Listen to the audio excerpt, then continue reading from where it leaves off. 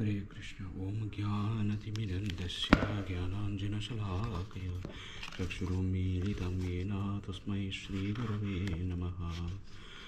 Shri Chaitanya Manavishram Sthapitam Yena Bhutale Swayam Rupa Kadamahyam Dadati Swapadantikam Vandeham Shri Gurum Shri Uttapadakamanam Shri Gurum Vaishnavamsha Shri Rupam Sagrajatam Sahagana Raghunatham Vitam Tam Sajivam Sadvaitam Savadutam Varijanasahitam Krishna Chaitanya Devam Shri Radha Krishna Padam Sahagana Shri Vishakamitam Sha He Krishna Karuna Sindhu Dinabandhu Jagatpate Gopesha Gopika Kanta Radha Kanta Namastate Sapta Kanchana Gaurangi Radhe Vrindavaneshwari Vrishabhanusute Devi Pranamami Hari Priye Vancha Kalpatarubhishya Kripasindubhya Evaja Vedidanam Bhavanebhyo Vaishnavebhyo Namo Namaha Shri Krishna Chaitanya Prabhu Nityananda Shri Advaita Gadadhara Shri Vasadi Gaura Bhakta-vrinda Hare Krishna Krishna Krishna Hare Hare Hare Rama Rama Rama Hare Hare.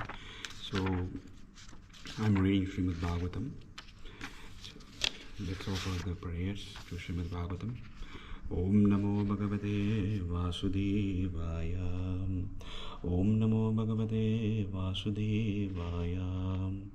Janmadhyasya yatunvayaditaratas Chatveshu abhignaswarat Tvede brahma hridayadi kavaye Muhyanti yat surayah Tejo varimidham yata vinimayo Yatra trisargom mrisha Dhanna svena sada Nirasta kuhakam Satyam param dhimahi Dharma projita vedavatra paramo Nirmasaranam satam Dharma projita vedavatra paramo Nirmasaranam satam Vidyam vastamamatra vastu shivadham Tapatrayormulanam Srimad Bhagavate Mahamuni Krite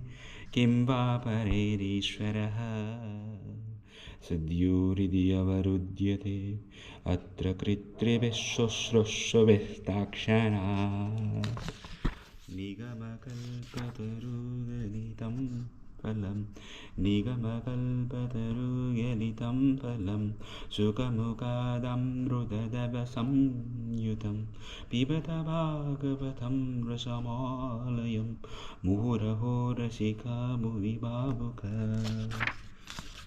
The first three slokas from the first chapter you should recite. Next, chapter 2, we have this Sutta Uvacha Yam Pravrajandamanopetam apeta krityam Dvaipayano viraha katara ajuhava Putriti tanmaya tayataravo bhinedus Tam sarva bhuta hridayam munimanatosmi. Next, the verse number 3. Yeah. Yam yasam. Okay, let's focus it. Yasam yasvanubhavamatila shrutisharamekam Adhyatma deepamatitirshatham tamondam Samsarinam Karunaya Purana Guhyam Tam Vyasa Sunamupayami Gurum Muninam. Next sloka. Narayanam Namaskritya Naram Chaiva Narottamam Devim Saraswatim Vyasam Tatho Jayamudhirayet. So these are the 6 verses you have to recite. I heard it, and there are some other glorifications for Bhagavatam I'll be reading tomorrow, not today. So let's go to the chapter which I am reading currently. Currently I'm in the chapter 6, I think, yeah. It's a chapter 6, verse number 24. Matirmayi nivadyeyam na vipadyete karhiche prajasarga nirodepi smritischa madanugrahat. Matihi, intelligence, mayi, devoted to me, and Nibaddha engaged Iyam this na never Ripadyeta separate Karihichit.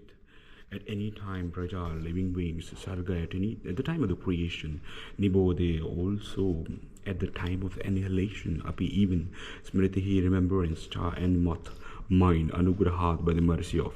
Translation and purport by His Divine Grace Srila Prabhupada. Srila Prabhupada ki jai.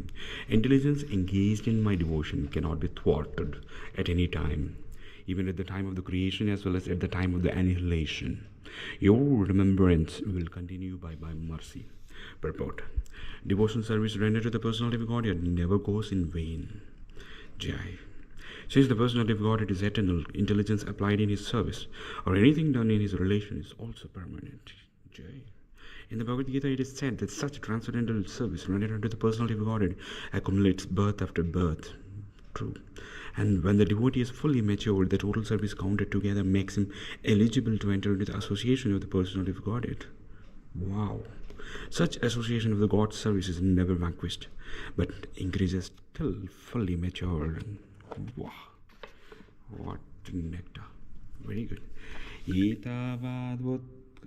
Etavadvukto paramatanmahad bhutam nabho lingamalingam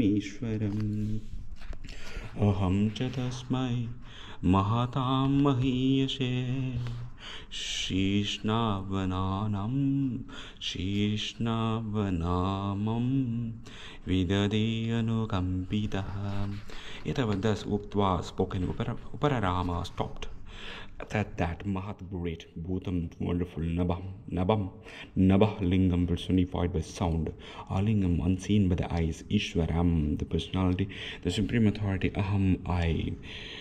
Cha also tasmai unto him Mahatam the great, Mahiyase unto the glorified, Shishna by the head, Avanamam obeisances, Vida they executed, Anukampitaha being favored by him. Translation.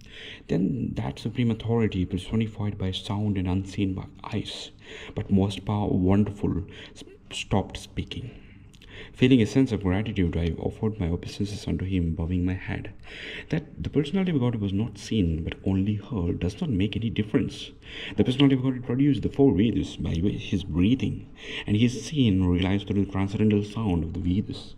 Similarly, Bhagavad Gita is the sound representation of the Lord, and there is no difference in identity. The conclusion is that the Lord can be seen and heard by persistent chanting of the transcendental sound. What is it? Persistent chanting, not normal chanting. Persistent chanting of the transcendental sound. What are these? Are the nectar pearls Prabhupada gives in every purport. Let's go to the chapter, section number 26. Namani anandasya atatrapah patam patang guhyani bhadrani kritani chasmaram gamparyatam stushtamanagatas sprihaha kalam pratiksham vimado vimatsadaha saraha. One more time. I read so many mistakes. Let me read one more time. Namani anandasya tatrapah patam Gruhyani bhadrani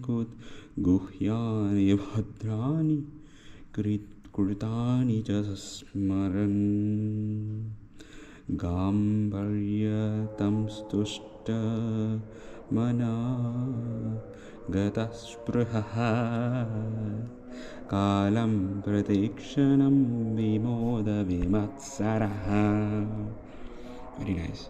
Namani anandasya tatrapah pathan gruhyani bhadrani kritani charasmaran gasparyatam sprushtamanagataspruhaha kalam pratikshana vimodo vimatsaraha. Namani, the holy name, fame, Anandasya, of the unlimited, Hatatrapaha, being freed from all the formalities of the material world, Pathan, by recitation, repeated reading, etc., Guhyani, mysterious, Bhadrani, all benefactory, Kritani, activities, cha and smaran, constant remembering, gam on the earth, paryatam traveling through all truth, tusta manaha fully satisfied, gatasprihaha completely free from all material desires, kalam time, pratikshanam abiding vimadaha without being proud, vimatsaraha without being envious. Translation. Thus I began chanting the holy name and the fame of the Lord by repeated recitation, ignoring all the formalities of the material world. Such chanting and remembering of the transcendental pastimes of the Lord are benefactory. So doing it, traveled all over the earth, fully satisfied, humble, and unenvious. This is the confidence of saying what state of the mind I am having. Right? The life of a sincere devotee of the Lord is thus explained in a nutshell by Narada Muni by his personal example. Such a devotee after his initiation with the Lord, or his personal bona fide representative, takes very seriously chanting the glories of the Lord and traveling all over the world so that the others may also hear the glories of the Lord. Such devotees have no desire for material gain. They are conducted by one single desire, to go back to God and Jai Prabhupada. This awaits them in due course on quitting the material body. Because they have the highest aim of life, going back to Godhead, they are never envious of anyone, nor are they proud of being eligible to go back to Godhead. Yes, their only business is to chant and remember the holy name, fame, and pastimes of the Lord, and according to personal capacity, to distribute the message for others' welfare without a motive of material gains. This is the motive of the prayer. See how you have to preach. Everything is given. Last verse I'm going to see, because the charging is less in my GoPro. Evam Krishnamater Brahmam Nasak Nasaktasyamalatamaha Kala Pradurabhut Kali Tadit Saudamani Yatha Evam Krishnamater Brahma Kala